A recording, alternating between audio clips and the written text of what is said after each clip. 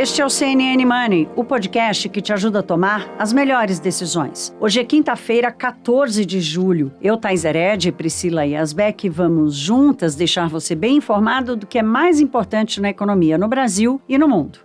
Ô, turma, aqui, o segundo semestre não vai ser mais aquele que vai ter uma economia enfraquecida por causa de uma escalada muito forte dos juros e dessa incerteza da economia internacional que também vai só aumentando. A política brasileira conseguiu vencer, né? Vai injetar mais de 40 bilhões de reais na praça por causa da aprovação da PEC dos benefícios ou da PEC das bondades, tem apelido a dar para quem quiser. Nós já fizemos aqui, tanto na televisão quanto no podcast, várias analogias diferentes para tratar dos impactos esperados pelas medidas que estão na proposta, tanto os impactos positivos quanto os negativos. Mas vocês estão acostumados, vocês acompanham diariamente, essa mágica da política, né? A política tem essa habilidade que quase vira mágica de conseguir transformar a inegável fragilidade de milhões de brasileiros que estão convivendo com uma queda da renda do trabalho, mais uma inflação muito alta por cima.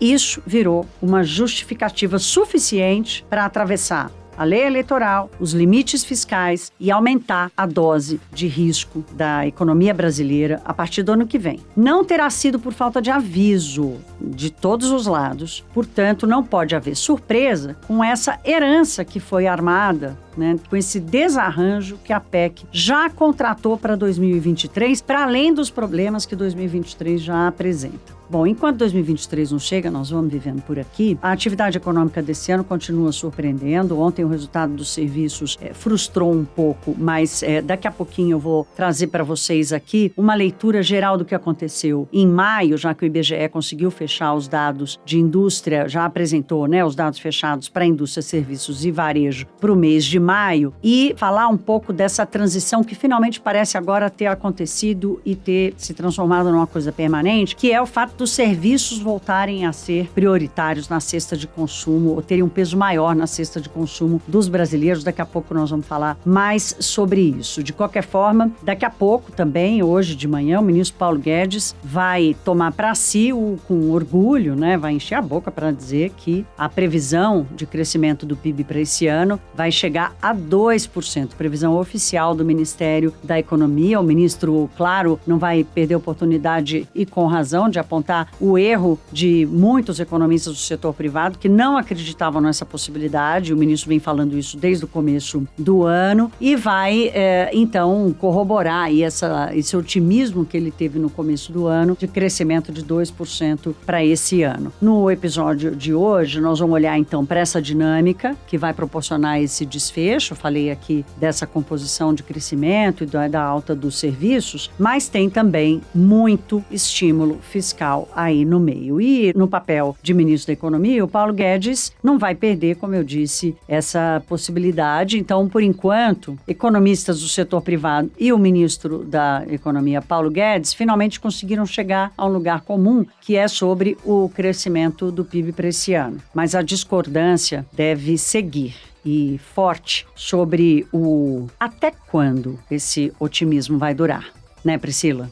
O que os economistas estão dizendo, aliás, a partir de dados de serviços, varejo, que saíram, vieram positivos, os serviços menos, né, perto da estabilidade, mas o que eles falaram vindo desses dados é que os estímulos à economia, liberação de FGTS, antecipação de 13º, já surtiram algum efeito. Também a reabertura das atividades surtiu efeito, mas a preocupação grande é para o segundo semestre, né? Então, como que vão ficar as atividades com o PEC dos benefícios, mas sem aquele impulso que veio no primeiro semestre, tanto de commodities, quanto ainda de um resquício de reabertura das atividades. As perspectivas melhoraram com a PEC dos benefícios para o segundo semestre, mas também vale falar que pioram para 2023. Inclusive, falando sobre a PEC dos benefícios, o que surpreendeu muito, não surpreendeu, né, porque não surpreendeu ninguém, na verdade, mas o que chamou a atenção muito de economistas foi a habilidade do Centrão em promover todas as mudanças e avançar com o pacote da forma como eles queriam, né? Então, o pacote de benefícios foi aprovado aprovado com louvor. O Arthur Lira conseguiu fazer várias manobras, conseguiu fazer deputados votarem mesmo de licença médica, conseguiu adotar o voto remoto, que é restrito para segundas e sextas-feiras, enfim, fez uma série de manobras ali, mostrando que ele é muito forte, inclusive com alguns economistas que eu conversei dizendo que ele tá funcionando como uma espécie de primeiro-ministro aqui no Brasil e tá conseguindo dominar a pauta, fazer avançar o que ele bem entende. E isso traz um temor de insegurança jurídica e uma sensação de vale tudo, né? Insegurança jurídica porque os parlamentares ali do Centrão, com a liderança ali do Arthur Lira, conseguem ir mudando a Constituição, vão mudando a cada 6 meses a Constituição para colocar novos gastos na roda, né? E com a eleição chegando, isso se acentua. E além disso, traz também uma perspectiva de vale tudo, né? Então, um grande temor é o que vai acontecer daqui pra frente. Esse pacote de benefícios vai surtir o efeito esperado pelo governo em termos de popularidade do presidente Jair Bolsonaro? Porque se não surtir, o que os economistas estão dizendo é que pode haver mais gastos. Então, o valor da PEC, o custo, que ficou em 41 bilhões de reais, 41,2, pode inclusive aumentar, até porque tem aquele trecho do decreto de emergência, que a gente já falou bastante aqui, que abre um espaço, uma brecha muito grande para o governo ampliar os seus gastos. Tanto porque está protegido para aumentar gastos em ano de eleição por meio de uma PEC, porque a PEC se sobrepõe à lei eleitoral, tem mais força que a lei eleitoral, quanto por causa desse trecho justamente do decreto de emergência, porque a própria lei eleitoral diz que numa situação de emergência é possível ampliar gastos mesmo em ano de eleição. A dúvida que fica, como a Thaís colocou, é justamente o que vai acontecer daqui para frente, porque por enquanto as perspectivas são muito negativas. Então a perspectiva para juros subiu com a taxa Selic terminal de fim de ciclo, passando de 14% em algumas apostas, algumas previsões. O risco país, com a discussão da PEC das bondades, chegou a atingir 300 pontos, passou de 300 pontos, que é o maior nível desde o começo da pandemia, voltou ali para o nível do começo da pandemia. As previsões para as contas públicas, que eram de um superávit, de um saldo positivo de cerca de 40 bilhões de reais para esse ano, já estão passando para cerca de 2 bilhões, essa segundo a estimativa, por exemplo, do Bradesco. Mas o Itaú, por exemplo, o Bradesco também fala sobre uma possibilidade de déficit para esse ano, então um resultado negativo das contas públicas para esse ano. E para o ano que vem também, vários bancos e economistas estão falando que o endividamento público deve aumentar, está em cerca de 78%, muitos apostam que vai para cerca de 84% o ano que vem. E isso casa também com o que a gente está vendo no mundo, né? Uma perspectiva muito negativa para 2023, 2022 ainda tem um resquício, um rescaldo de estímulos sem precedentes, então os resultados, principalmente dos primeiros meses do ano, devem segurar o resultado fechado ainda do ano de 2022, mas para 2023 as perspectivas são bem negativas. A Comissão Europeia acabou de soltar previsão, por exemplo, para a zona do euro, que passou de 2,3% para 1,5%. Previsão da OCDE, por exemplo, para a economia britânica é de estagnação ano que vem. Então, uma situação bem complicada nos países avançados, previsões também caindo para o PIB americano do ano que vem, para cerca de 1% ou abaixo disso. E também, ontem, depois da inflação americana, as previsões também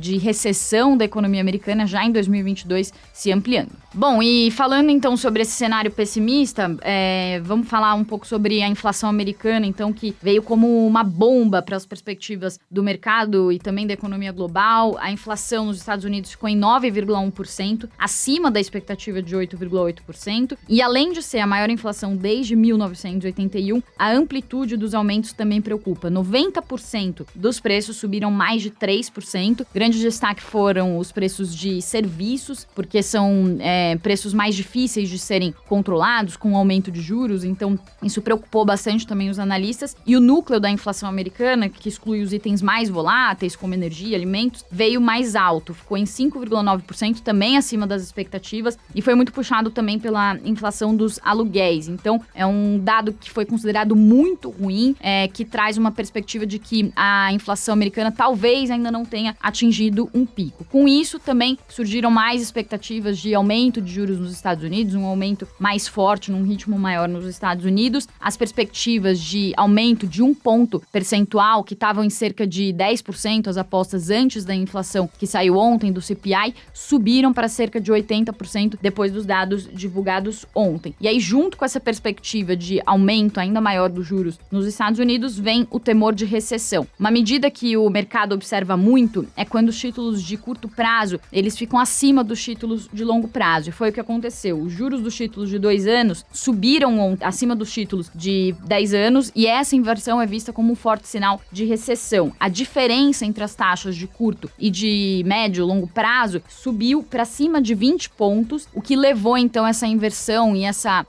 diferença das taxas para o mesmo nível que apareceu no início dos anos 2000 na bolha.com e também na crise de 2008. Então, fortes indícios aí de recessão no mercado. Para piorar, o livro bege que é usado pelo Fed para acompanhar a atividade econômica também indicou mais pressão inflacionária por causa de mercado de trabalho aquecido e também por causa de tendência de reajustes de salários. E isso tudo corroborou aí com as perspectivas mais pessimistas do mercado, jogou um balde de água fria em quem estava um pouco mais otimista, achando que a inflação poderia ter batido um pico. E aí, depois desses resultados, os bancos estrangeiros revisaram suas projeções. Para citar só alguns deles, o Goldman Sachs reduziu a previsão do PIB dos Estados Unidos para 0,4% nesse ano, vê chance de 30% de recessão para a economia americana agora, e o Bank of America se juntou ao Wells Fargo e também ao Nomura, já prevendo que a recessão nos Estados Unidos pode chegar ainda em 2022. E além desse cenário muito preocupante nos Estados Unidos, que preocupa, claro, o mundo todo, porque a gente está falando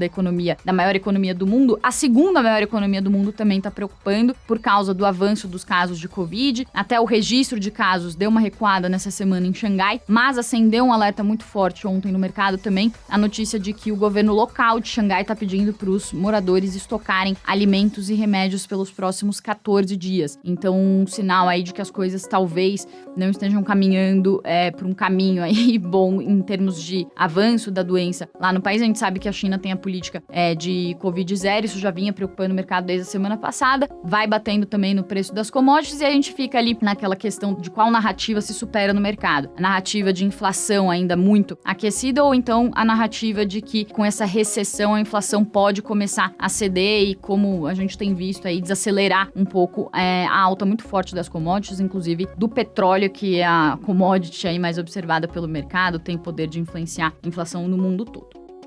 Minha gente, diante desse cenário que a Priscila traçou aqui para vocês, nós recebemos hoje no Money cedinho, e vamos dividir agora com vocês, o Otaviano Canuto, que é membro sênior do Policy Center for the New South e foi vice-presidente do Banco Mundial. Ele é uma figura conhecida, uma voz reconhecida pela sua atuação na formulação de políticas econômicas e tudo mais. Nós tratamos sobre esses assuntos com ele, mas especialmente sobre um fenômeno também desses tempos atuais, que é uma certa assimetria na atuação dos bancos centrais. Por exemplo, aqui, olha, só olhar o que aconteceu. O Brasil foi o primeiro, né? Saiu na frente, começou a subir os juros no ano passado, quando ainda se falava em manutenção de estímulos lá fora, de inflação temporária e tudo mais. Lá, a grande avaliação é que os bancos centrais estão atrás da curva, estão atrasados. Mas ainda assim, há uma diferença. O Banco Central do Canadá já começou a subir juros. Reino Unido já promoveu 3 altas, né? Que é o país que está com a maior inflação entre os G7, os países do G7. O Banco Central Europeu com uma outra cautela, uma outra preocupação. Então, quisemos saber do Otaviano Canuto sobre essa assimetria de atuações do Banco Central, em que contexto ela acontece e que efeitos ela pode provocar. Vamos ouvir. Olha, entre outras coisas, Thaís, pressão sobre o euro em termos de desvalorização em relação ao dólar, ela tende a permanecer nesse futuro próximo. Nós estamos em tempos bem diferentes a esse respeito nos últimos 20 anos, quer dizer, euro abaixo de $1, mas isso decorre do fato de que, entre outras coisas, no caso americano, a gente sabe para onde vai os juros para cima. A última reunião do Fed, nas atas, ficou claro como a primazia, no caso dos Estados Unidos, vai ser o Banco Central subir juros, mesmo que isso coloque em risco a recuperação mais adiante, quer dizer, é provável.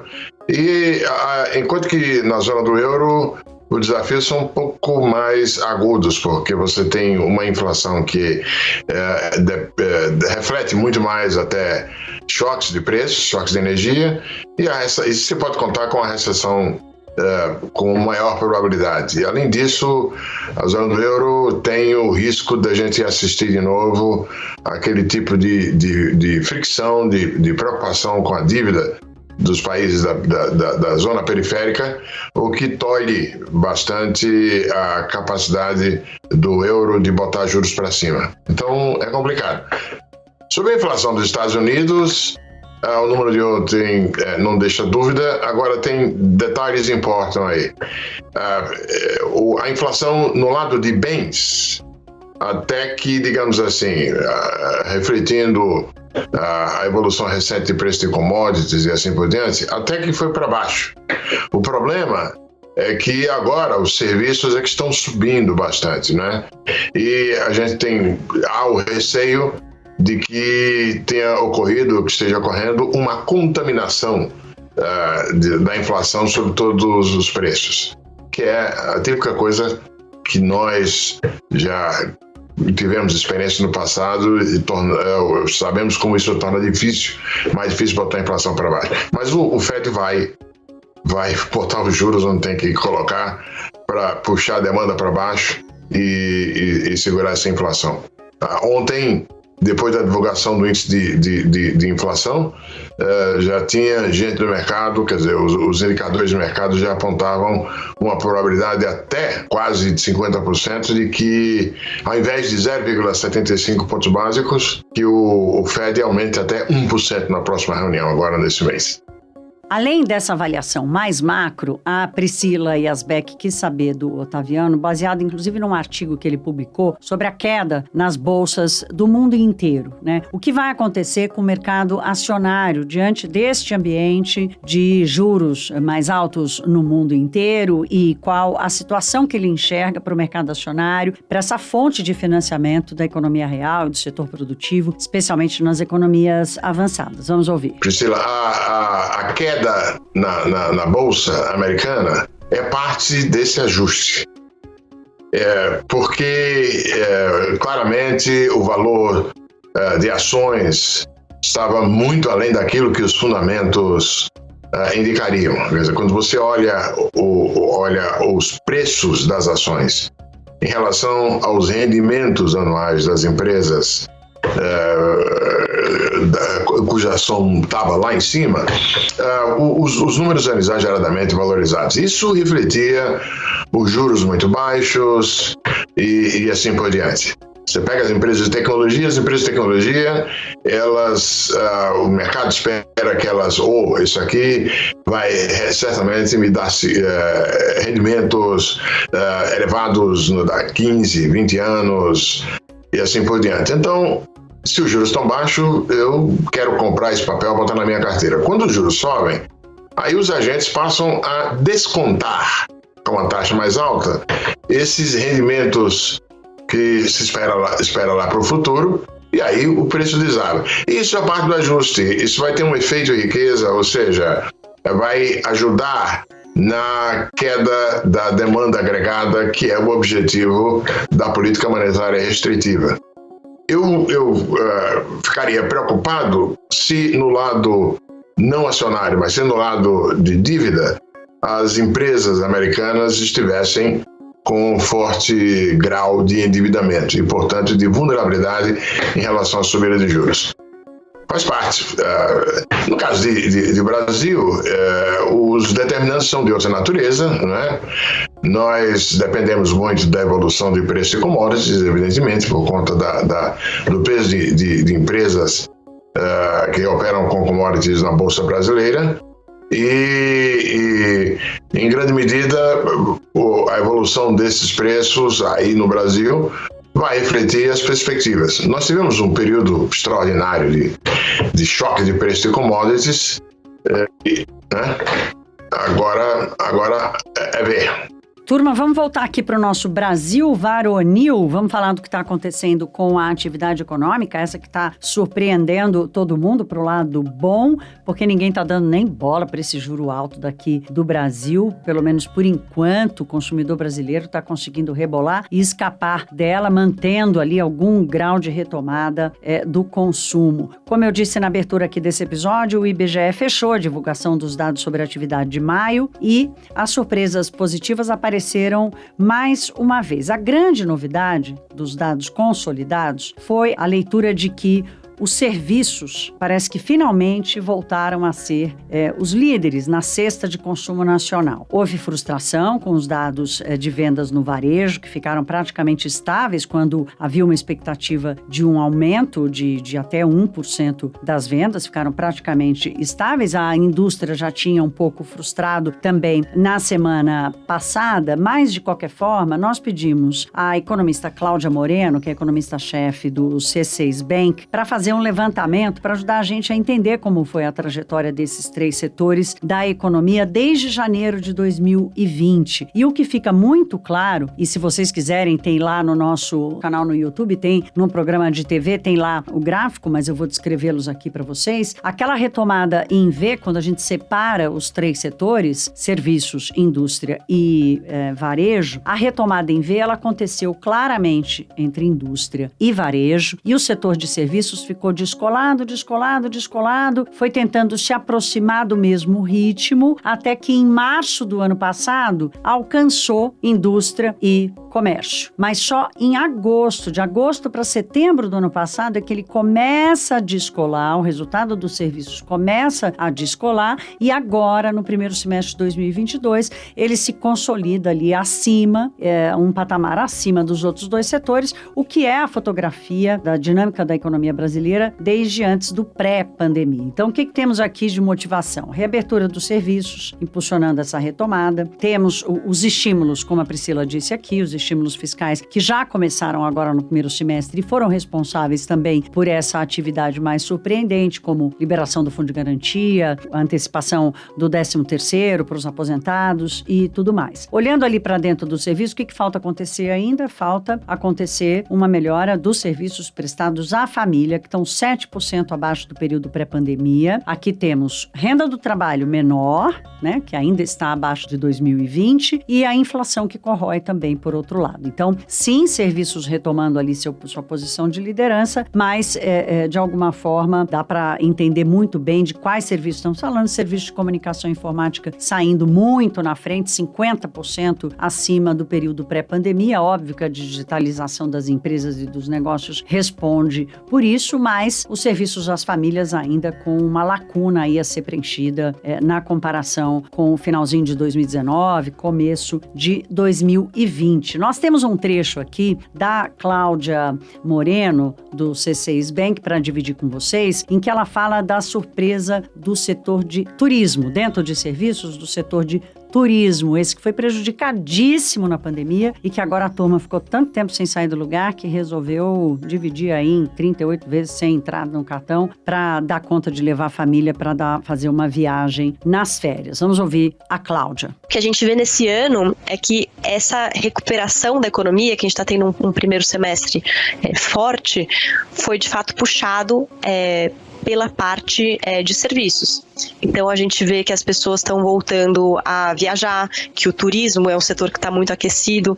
Inclusive o IBGE ele tem uma segregação especial dessa pesquisa mensal de serviços que mostra como que o turismo está vindo. E a gente viu que no último mês de maio ele subiu 2,6% o volume de serviços realizados no mês, e no ano, desde dezembro, ele subiu mais de 10%. Este episódio do CNN Money fica por aqui. Amanhã estamos de volta para fechar mais uma semana deste Brasilzão nosso. E se cuidem. Um beijo e até. Com apresentação, pauta e coordenação editorial de Thaís Hered e Priscila Yazbek, este podcast é produzido pela CNN Brasil, com edição da Maremoto.